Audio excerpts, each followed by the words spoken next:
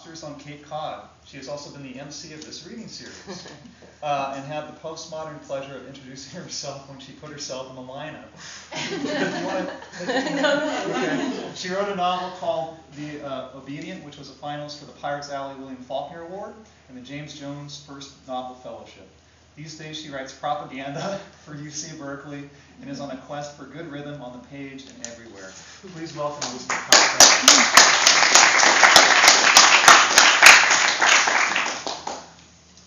Bobby Villanelle.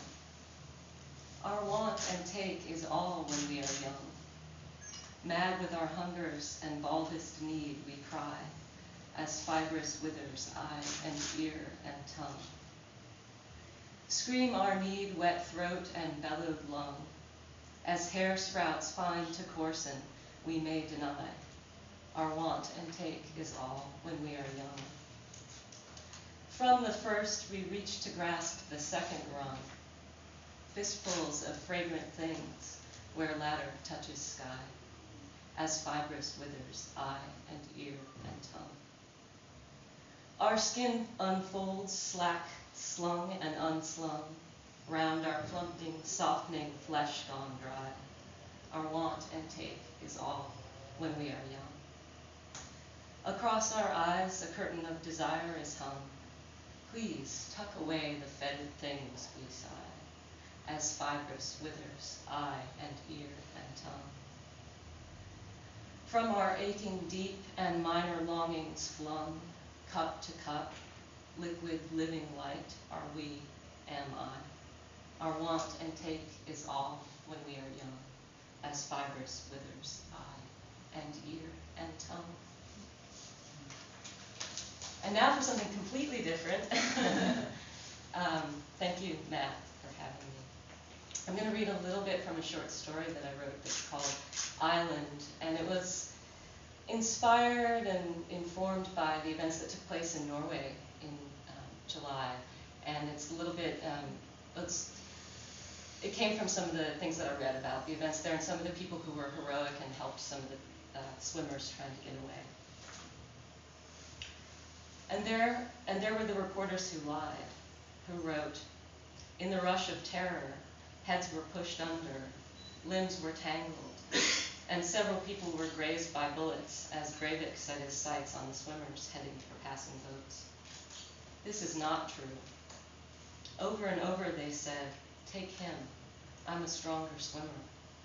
Take her, I can wait. Per was faster than you were. He is a big, solemn man, one who is fed enough by his own company. He has been a fisherman, he has run a sauna, he has helped me to start my house cleaning business. Now he has his own business, shaping glass objects. He makes all kinds of things, lamps, vases, glass bricks with bubbles to imagine your childhood inside. No one knows why he never has had a lover, or what he thinks about when he spends hour after hour with his tools, turning and melting and cutting. But when I invite him, he always comes to camp with us. He always tells the stories the way Pa did, with gestures and voices, and the occasional whacking of sticks or juggling of pebbles. He always has a kind smile for the children. Small ones lean against his knee as if it were made for them. I began to see other boats going out and back, out and back. On our third or fourth trip, Toril drew closer to the island because she saw one girl hiding behind some rocks. We had 2 boys in our boat already. We began to move in. We were maybe 20 meters from the shore when we saw him. Indeed, he wore the dark uniform of the police. As he brought the sight of his gun to his eye, I could make out a kind of smile on his face. He pointed the gun at us, and then began to turn it to follow the path of our boat. He was turning toward the rock where the girl was hiding. I whispered, Toril, turn back, turn away from the shore. She didn't hear me at first, so I said it louder, and she began to turn back out into the lake. He could not have heard me. I know he could not, but he saw us, and he began walking toward where the child was hidden. With my mind, I willed her not to make a sound, not to move.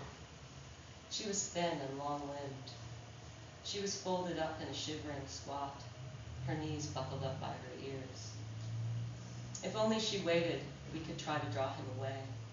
But as Toril turned the boat, the girl leapt up and cried out to us, "Wait, wait." She was like the vole I once tried to save from the cat. I whispered to it, "Be quiet now."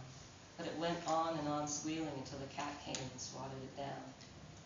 The policeman turned his gun like a tank, turning its turret. The sound of the shot. The bull girl fell face down into the water, and the turret kept turning toward us. The sound of someone screaming. I realized it was me. The two boys in our boat wrapped their arms around each other. There was the sound of more shots, and the sound of the bullets hitting our boat. They were not enough to sink us. Thank you.